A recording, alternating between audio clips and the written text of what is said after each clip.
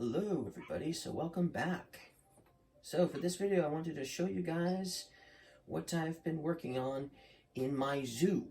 So I took a break from it for a while and came back to it and I finished a whole new area. So let me show you guys what I've accomplished thus far that you haven't seen in my other videos, obviously. Well, I'm also currently the zoo director for this zoo. Even got myself a little office back here. And so I guess you guys want a tour, right? So I'll show you guys the zoo tour. I'll give you guys an awesome tour. So let me show you where we're going. So my office is currently here in the building where the rainforest is. So, which I've already shown you guys. So if you guys haven't seen that video, go and watch it. It's called my Minecraft Zoo, the Rainforest. And you'll see the animals that are in that video. Now, when the zoo is completely done, I will probably do another video. It might be several parts long, several videos long, because this is a ginormous zoo. But I'll probably redo it again when it's all completed. So, anyways, let's head on over to the new area. Now, the Amazon rainforest, which I showed you guys in the last video, focuses on animals from South America. And we even have some animals that are technically part of that building over here, that are over here in this ruins area. That's also South American animals. Then in a video before that, the video that was before that, I showed you guys Arabian lands, as well as a few other animals that are outside that are part of the Arabian lands. And then I also showed you guys this building over here, this reddish building called the Australian Outback. I showed you guys that last time as well. And I also showed you in my very first Minecraft zoo video, for this particular zoo anyways, I showed you guys the islands. So that was the first video. And then the second video was Arabian lands and the Australian Outback. And then the third video was this Amazon rainforest over here. And so now, without further ado, I'll show you guys the new section, which is over on this side of the zoo. And this new section is basically known as the Old West. So here we go. Our first two animals outside in the Old West. So these birds over here that you're seeing are trumpeter swans. Ooh, and look, a beaver just showed up in the background. So yes, there are two species of animals here, beavers and trumpeter swans. Oh, there's one over there in the pond. Oh, there's two of them over there in the pond. And look at this. This is sort of like their lodge right here. This this birch tree that they've kind of built is like their lodge.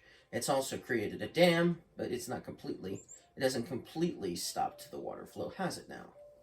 So anyways, this is their enclosure. Pretty nice one, I would have to say, for their environment. Ooh, and ooh, look at that. Cool, look at his tail. Cool.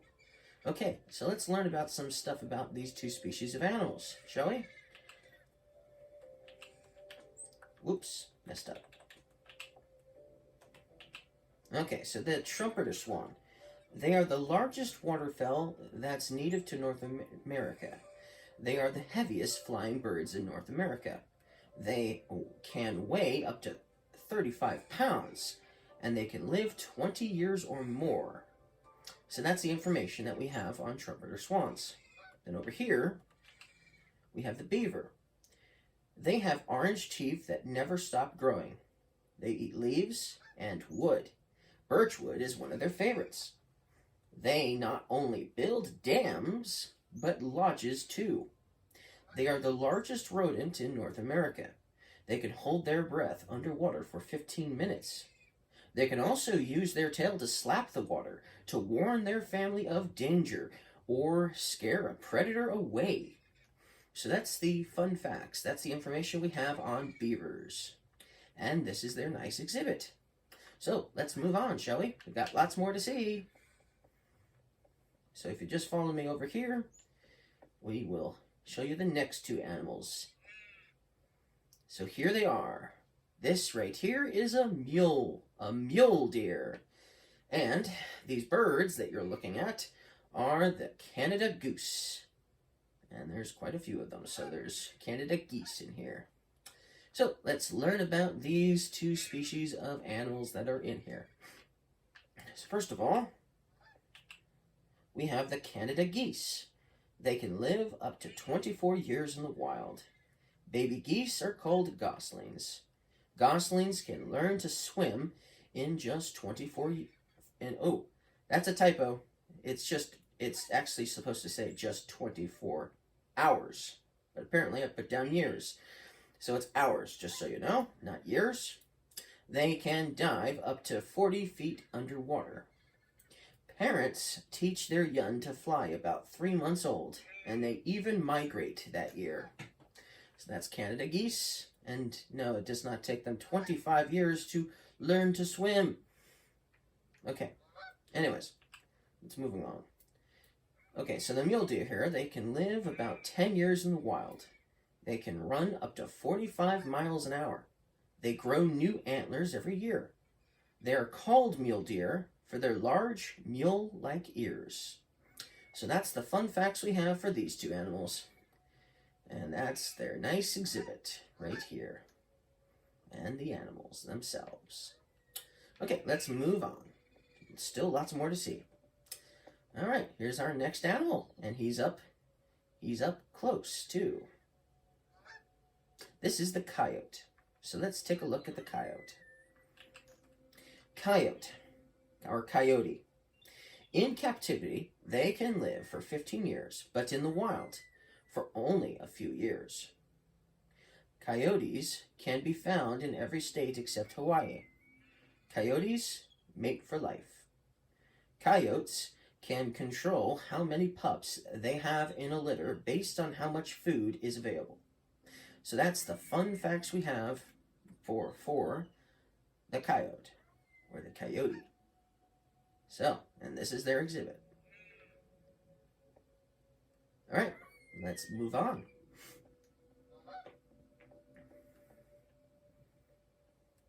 Ah, look at this guy. It's a bald eagle. And you can see them even better from up there. So let's go to their top section of their enclosure. Wow. Isn't this an awesome enclosure? I mean, look at that. He's just roosting up there on that ledge. I certainly wouldn't want to climb up there on that ledge. I feel like I would probably cause the whole thing to collapse, most likely. But this is their exhibit. Very nice enclosure for them, for sure. So let's learn about bald eagles, or at least what we have here in the information. Okay, so bald eagle. They mate for life. Males are smaller than females. They can live 30 or more years in the wild. They can fly up to 30 miles per hour and can dive up to 100 miles per hour. So they can soar basically for 30 miles per hour.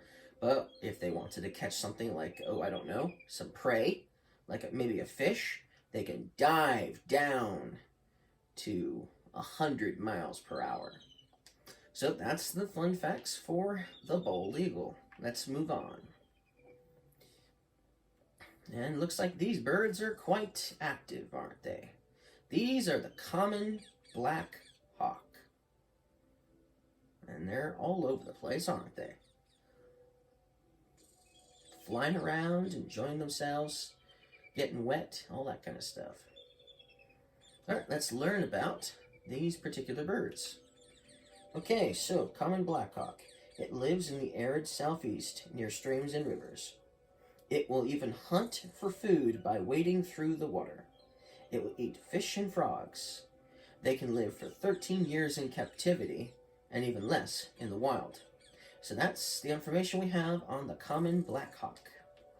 And this is them. Oh, they're already gone. Where did they all go? They're all hiding from me now. Well, this is their enclosure, and they're obviously hiding. So let's move on, shall we?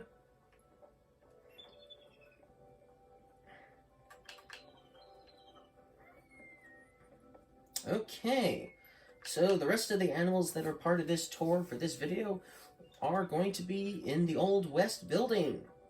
Technically, this whole area is known as the Old West, but this is the actual building where the sign is. So let's go in and see what animals are inside, or in store for us. And the first animal is a spider. These pinkish spiders. And this is their enclosure. So let's learn about this particular species of spider. Because you're all probably wondering what this pink spider is even supposed to be. This is the flower crab spider. They have the ability to change their color based on what flower they are on. They can also walk sideways like a crab would. So that's why they're called flower crab spiders. And obviously that's why they're pink, because they have pink flowers in their enclosure. And they can turn pink, but they can also be white, yellow, and pretty much every other color they need to be to blend in with their desired flower. Oh, well, let's move on. I'm not a spider person anyway. Alright, and what do we have over here? We've got raccoons. Woohoo! I like raccoons. Okay, and this is their enclosure. They got a nice little dark area over there if they want some darkness, of course. It's pretty dark. Fairly dark underneath that tree, too, I suppose. So they got themselves a nice little enclosure. So, let's learn about raccoons. Okay, raccoons are nocturnal. Just in case you didn't know that. They are dexterous. They have very dexterous toes, very similar to human hands, which gives them the ability to grasp things like the lid of a trash can. Raccoons can run up to 15 miles per hour. Raccoons only live a few years in the wild, but in captivity, they can live 20 years. So, that's the information we have on raccoons. And they're pretty cool and pretty active. So, let's move on and see what else we have in here.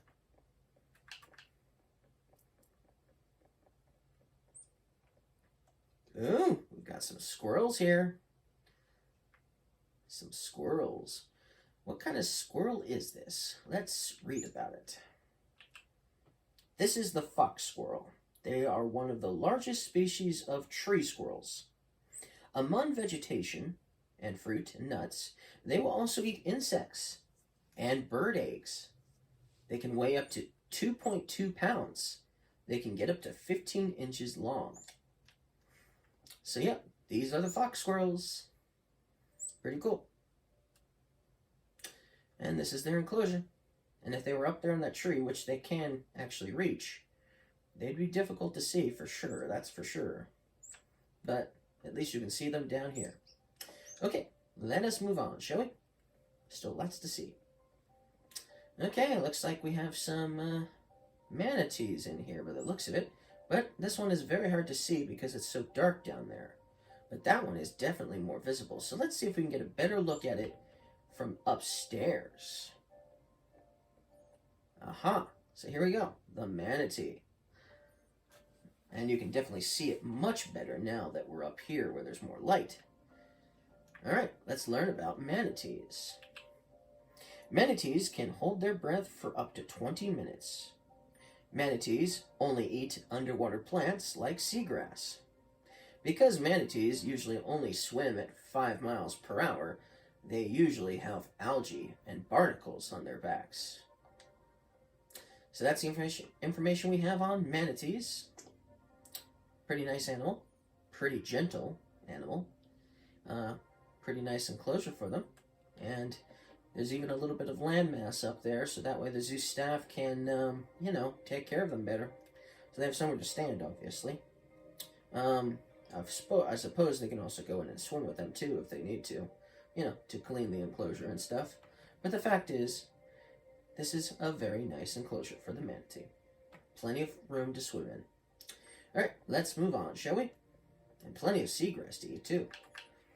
All right, so before we go upstairs, we go down here, because this is a dead end. So there's 3 species of animals down here. This is the first one we will look at. These are red foxes. Hey, you. What's going on? And there's one back there. 2. Cool. So let's learn about red foxes. They can run up to 31 miles per hour. They can jump over a 6-foot fence and can even swim. Their tail is over half their body length. They only live 4 years in the wild. Female foxes are called vixens. Okay, and that's what we have information-wise on red foxes. Oh, there's the third one. He was hiding back there, little rascal. All right, let's move on. Okay, and here we have some cottontail rabbits, which seem to be mating, I guess. But I don't know why you sound so surprised. I mean, that's what they're known for anyway. Okay, let's learn about cottontail rabbits. Okay, these are the desert cottontail rabbits. They only live 2 years. When they sense danger, they will hop away in a zigzag pattern. They do not dig their own burrows, but live in burrows that other animals built. And that's our rabbits. All right, well, let's leave them be. Give them some privacy. And check out the next animal. So here we go. These are desert iguanas. Woohoo! Desert iguanas. Gotta love them. Let's learn about desert iguanas. Desert iguana. They only weigh 2.5 ounces. Since they are so small for iguanas, they have a lot of predators such as hawks, weasels, foxes, rats, and snakes. They can run up to 15 miles per hour to run away from predators. They often eat the buds and flowers off the creosote bush. They even burrow underneath it for cover. So they know they're very vulnerable to predators, and they're smart enough to know that the bush is a good place to hide, and it's also a good source of food for them too. So it's, it's a very good choice of location to be for a desert iguana. And then this is their enclosure. Nice enclosure for them. All right, let us move on, shall we? Okay, so we go back upstairs, and then we go up some more stairs. We still have 3 more species on this tour, so we're almost done. And here we are. Look at that tail at the end. You see that little tail at the end? Did you see it? Did you see it? Do you know what these are? Do you know what these are? Did you see that little rattle-like tail at the end? These are eastern diamondback rattlesnakes. These rattlesnakes are viviparous, which means they give birth to live birth. They are one of the most venomous snakes in North America. They are the largest rattlesnake in the world. They can weigh over 15 pounds and can get up to 6 feet long. So yes, this is the eastern diamondback rattlesnake and their enclosure. And it's a fairly nice one for them too. We've even got a nice little burrow/cave over there as well. All right, let's move on, shall we? Still got 2 more animals to see. So we got some more stairs. And here we are. These are burrowing owls. There's one over here.